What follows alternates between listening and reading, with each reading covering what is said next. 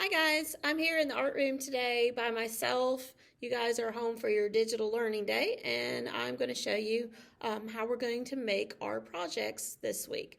Starting with our first project, because of St. Patrick's Day, which is this week, we're going to make a field. We're going to draw and paint a field of four-leaf clovers. They're also called shamrocks for St. Patrick's Day. And we're going to try to make it look like some of the shamrocks or the four-leaf clover flowers are closer and some are farther away so that we can create the idea of distance. Distance is a way to show depth and make things look more 3D or make it look more real because the real world is not flat. So we're going to try to make the flowers, the four-leaf clovers, look like they're getting farther and farther away in our artwork this week. I brought up some pictures over here of lots of fields of clovers. Here's one I really like with some red clover in it. Clover isn't always green like the shamrock clover. This one has red on the clovers. And you can see that the flowers, even though they're small flowers, down here at the bottom, they're bigger. And as they get farther and farther and farther back, they're really tiny. And there's so many of them that it just looks like a sea of red, like a red ocean. Because they're so close together, you can't really even see each one of the flowers. So over here at the bottom, you can see each flower better and they're spread out more. And then as they move further back, they're getting smaller and they're closer together. So they just look like they're all blended together. That red and green really pops because red and green are opposite colors. But for St. Patrick's Day, we're going to make our clovers green to look like the shamrock, the lucky shamrock that a lot of people think is a good luck symbol. So if we go back, we can see some pictures of four-leaf clovers. Let's see, I'll click on four-leaf clovers, which are also called shamrocks. And here are some fields of four-leaf clovers. Here's a good close-up view where we can see some that are bigger right there. So we can see that they're different sizes and that they have a certain shape to them. We're going to use some stencils to help us draw the shapes of our four-leaf clovers. They aren't real hard to draw, but the stencils will help us make them the same size in the different areas so that they don't look like they're too small and they should be big, or too big when they should be in the smaller area of the picture. Because we're going to make them bigger at the bottom and smaller as they go further and further back in the picture. So we're going to use stencils. A shamrock, a four-leaf clover, has petals that look like hearts. Did you know that? So they'd be a great flower for Valentine's Day too, I guess. So it's like three hearts that are attached in the middle. And we can see that in the pictures here. Some of them have four instead of three. And those are the lucky ones. This is a three-leaf clover. So you might want to add a four-leaf clover to your picture. Instead of just having three hearts in a row, in a circle like that, you could have a fourth one, and that would be the lucky four-leaf clover. So we're going to use three sizes of stencils. Be careful with these, please, that we don't tear them or cut them or lose them, because I do use these over and over again. And it helps us to get them the right sizes in our picture. Three sizes of four-leaf clovers. Before we start tracing the stencils, we're going to put some lines in the picture. So we need a line that shows the horizon. Do you remember what the horizon is? The horizon is where the ground and the sky look like they're meeting or touching. It's where the ground stops and the sky starts. Sometimes it's a flat ground. Sometimes it's mountains or something on the horizon. But for a field of clover, we need it to be pretty flat because fields are usually pretty flat. Here's another picture down here that looks a lot like what we're doing, with a rainbow and a four-leaf clover. They enlarged one of them in the front there. He's really big, and that almost looks like a cartoon because it's so big. But it's kind of similar to my painting.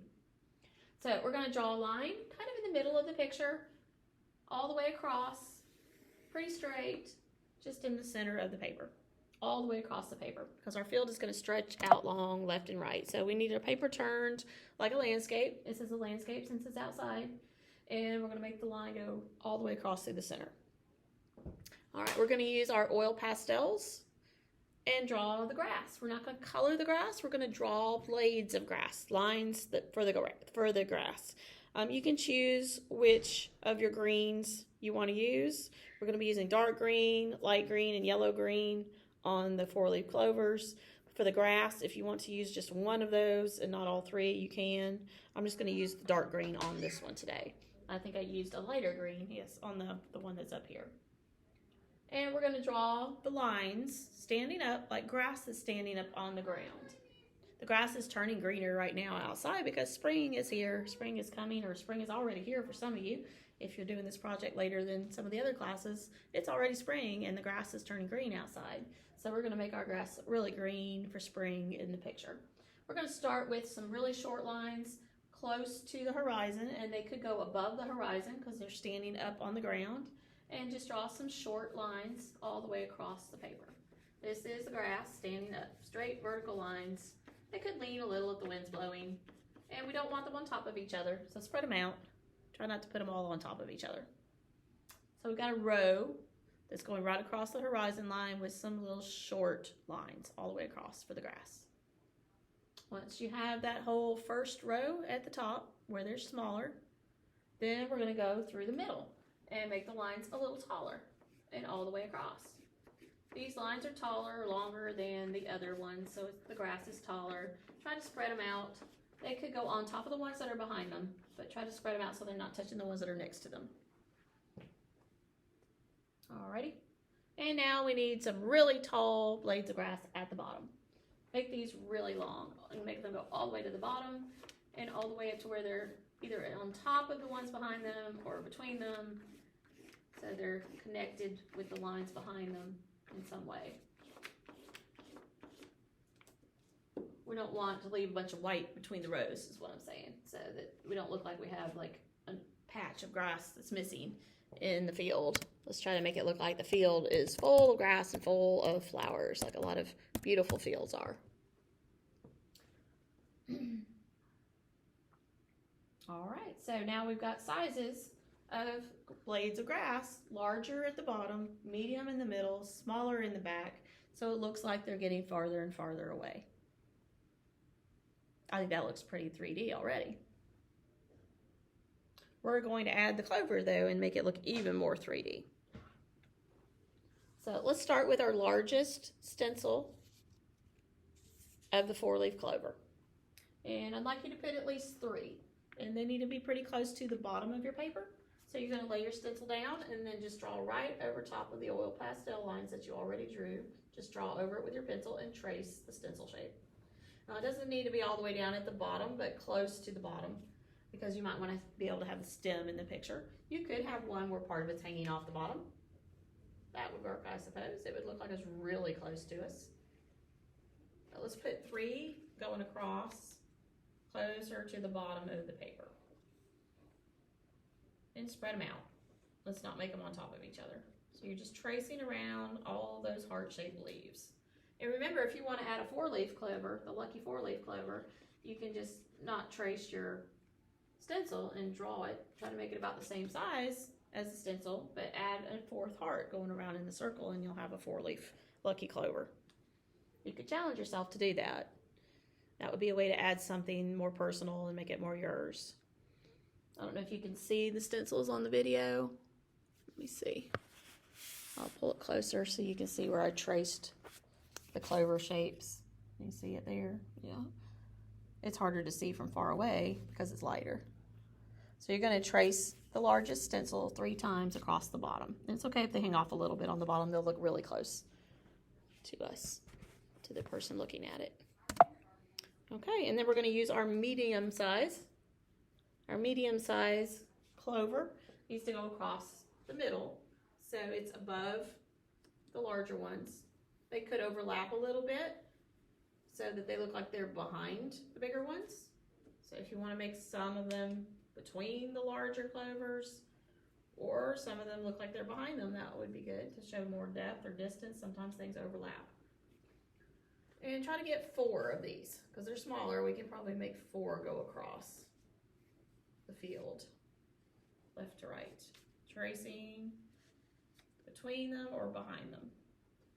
The other larger ones, between or behind the larger clovers. Trace the stencil.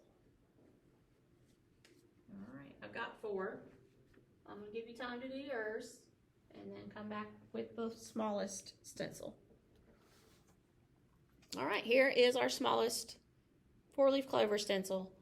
These can stand up above the ground because they are far away and their stems might be making them stand up above the ground behind them.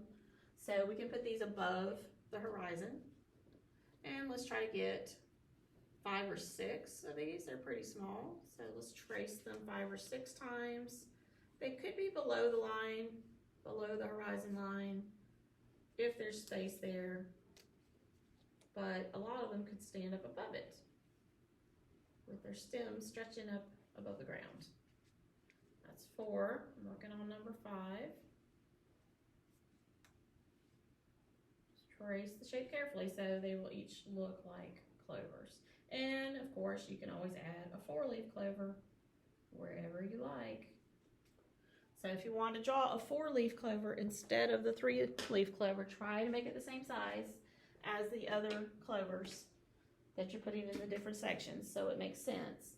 And just make 4 hearts go around in a circle instead of 3. So the regular 3-leaf clover is a heart shape where the point at the bottom connects in the middle like a circle, like that. If you want to make it have 4 instead of 3 leaves, we'll just need another heart shape. And there's the lucky 4-leaf clover. So you could change one of your 3-leaf clovers into a 4-leaf clover. Just erase one of the leaves and draw 2 there instead of 1, like I just did. All right, we are going to color in these clovers with our darkest green pastel. So you need to trace the outline first so you don't lose the shape of your clovers. So trace them all with that dark green first and then fill them in on the inside completely. So they're all filled in with the dark green. Try to do this thick and controlled, especially on these little ones because they're hard to stay inside the outline. Try to stay in the lines so it will look like the shape of the clovers. And you can also you can see through the pastel just a little bit, so you might be able to see your lines a little bit, and if you don't stay on the line, you'll be able to tell that you didn't stay on the line. If your green wears down a little, you can always peel off the paper like we do on crayons, but don't peel it all the way off. We don't need any that don't have any paper, or our fingers will get too dirty. I'm going to trace the biggest one of the biggest ones down here. And you can trace the biggest, the middle, the medium, the small, whatever size you want first. And you might want to trace all of them and then fill them in, but we're going to trace them all and fill them all in. It's going to take a little while to get this part done. And we have a while, so let's focus on tracing them and filling them all in with the green. I'm going to have to peel the paper a little bit because I'm putting a lot of green on there, and you're going to be doing that too. St. Patrick's Day is the green day.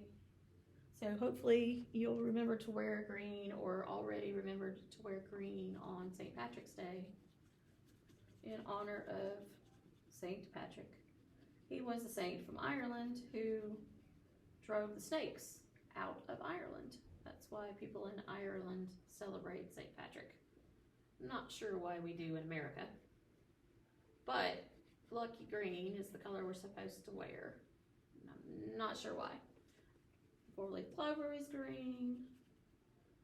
The grass that the snakes that he drove out was probably green. I don't know if the snakes were green. Some snakes are green.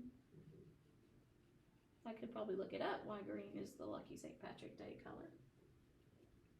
But hopefully you remember to wear green or will remember to wear green on St. Patrick's Day so you don't get pinched.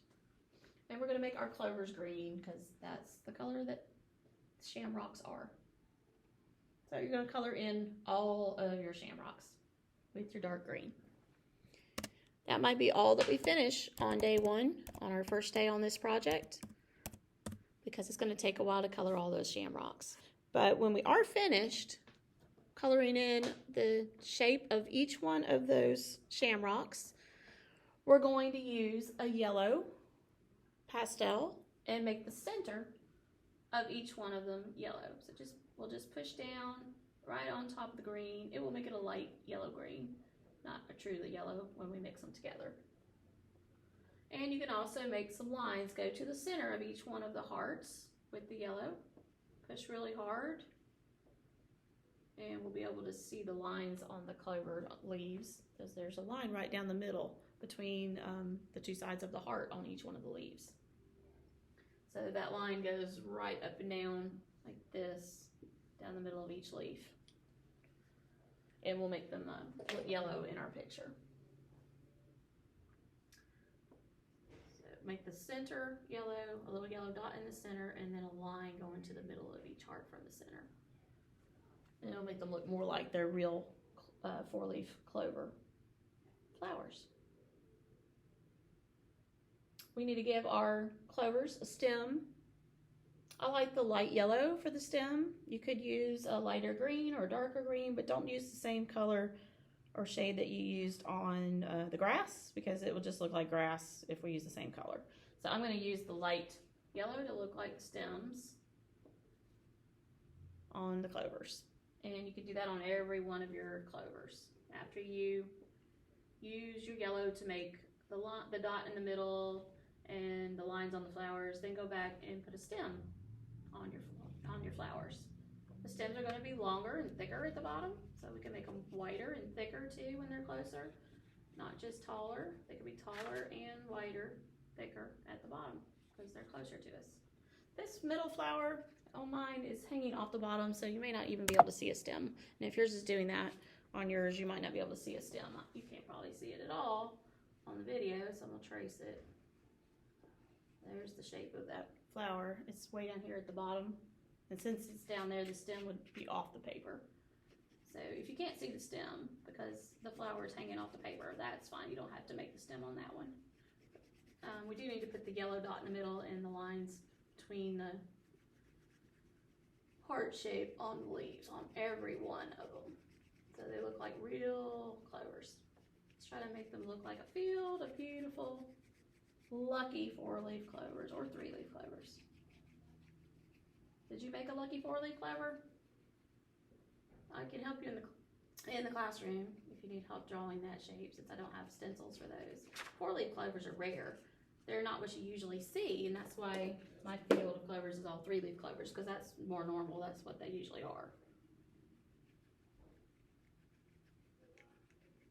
All right, so I've got that one filled in now, and I'm going to draw the circle in the middle, the line going to the middle of each heart.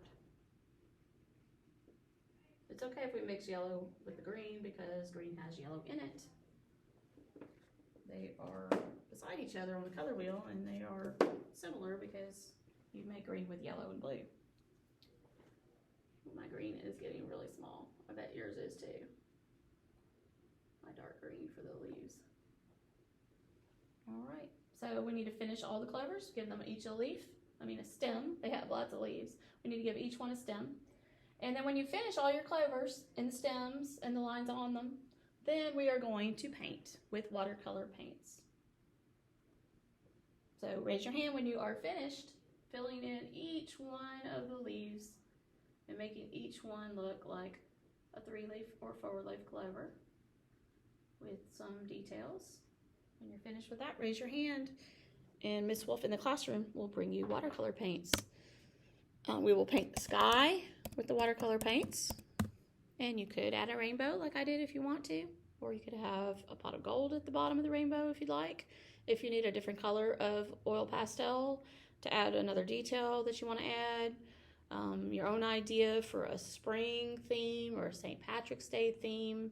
I wouldn't try to put a leprechaun in this field of clover since we're trying to make it look real, but a rainbow is another symbol for St. Patrick's Day. A pot of gold is another symbol.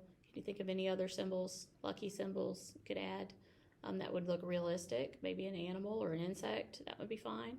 You can add those and raise your hand, and Miss Wolf in the classroom will come by and see if you need a different color of pastel, like a black for a pot of gold, or like a red for a red ladybug or something in your picture. So once you have all those details added with your oil pastels, we're going to paint with the watercolor paints. It won't take long because watercolor paints are fast. So we can paint the sky, you can paint a rainbow if you want. We're going to paint over the grass too. So I'm just going to put a lot of water in my green watercolor paint and paint right over the grass so that it's not white. You can paint right over top of your four-leaf clovers. I need to put more paint in this. It's getting a lot of water and not much color. You can paint right over top of the 4-leaf clovers like I'm doing right here, because the oil in the oil pastel resists the water in the watercolor paint. We've been doing this for a while now on some of our projects, so hopefully you have already learned this. But if not, you can see it in action right now, because I'm painting right over top of the clovers that I colored with the oil pastel, and it's not sticking to the pastel. It's only sticking to the paper where I didn't color it. So it's not going to stick to the grass lines. It's not going to stick to the yellow stems. It's only going to stick to the paper where it doesn't have pastel on it. And I haven't filled in all my clovers like you did, so if they're not colored yet, they're going to get painted. They're going to get paint on them. Hopefully you colored all of yours so that they will not get covered up with the paint. Even though it is green, you wouldn't be able to see the shapes of the clovers if you just paint over the lines. And then we can also paint the sky, whatever color we want. I used yellow in my example, but you don't have to use yellow, and you don't have to have a rainbow. But if you want to put a rainbow in there, you can see how in my example there. Here, I'll paint a rainbow here on the sky on my video too. So at the top of the rainbow, we always have the color red. That's how it arranges in light. So that's why we see it that way in a rainbow. I think I need a smaller brush. I'll give you different sizes of brushes when you paint with your watercolor paints too. With this rainbow, if you paint a rainbow, you probably want a smaller brush. So we'll need red at the top of our rainbow. It's always at the top, unless it's a second rainbow and then it's upside down. So the red would be at the bottom if it's like a reflection of another rainbow, double rainbow. But red is always at the top of a single rainbow. You can make it as wide, as thick as you want, but you probably want it to be kind of curvy. You could have both sides of the rainbow, like a whole arch, instead of just one side of it. And then after red is the color orange, because orange has red in it. It's next to red. And then next to orange is the other color in orange. Remember which two colors make orange? Yellow and red make orange. So yellow is on the other side of orange in the rainbow. We drew some rainbows and colored them. Some of us did. So hopefully you remember the order of the colors in the rainbow. Red, orange, yellow are the first three. And then the color we've used a lot in this picture already, green, is after yellow because yellow is in green. What other color is in green? Green is made with yellow and blue. So blue is the next color. It looks green in a rainbow between yellow and blue because they mix together in the light. And then there's a whole nother color that is in most rainbows, but we don't have to put it in ours since we don't have that color on our watercolor tray. Between blue and violet is the color blue-violet. You could make it by mixing blue and violet together if you wanted on your paper. But we can just put violet at the end and kind of mix them together in the middle, and you'll get a blue-violet too. So blue and violet make the color blue-violet, also called indigo, which we sometimes see in the rainbow. So the paper that we're painting on is a little bit thinner than the paper that my example was painted on. This paper is thicker paper, and that's probably why the rainbow is a darker, brighter color. And on the paper that we're using, it's a little thinner. When you put water on it, it just soaks through a little bit more and makes the paper more wet. It might make the colors lighter, like the one I painted today. And it also depends on your paints, which paint tray you get, and how much paint you put on it. It may not look exactly like my example, but we can still get all the colors in there. I would also need to paint the sky. It could be any color. And of course, all the ground, the grass, we're painting the whole picture. Except for the parts that we colored with the oil pastels that are going to resist the paint. We're going to paint the whole picture. I'm looking forward to seeing what you come up with to celebrate St. Patrick's Day and to show depth and distance in your artwork. I hope you're enjoying making this project. See you later.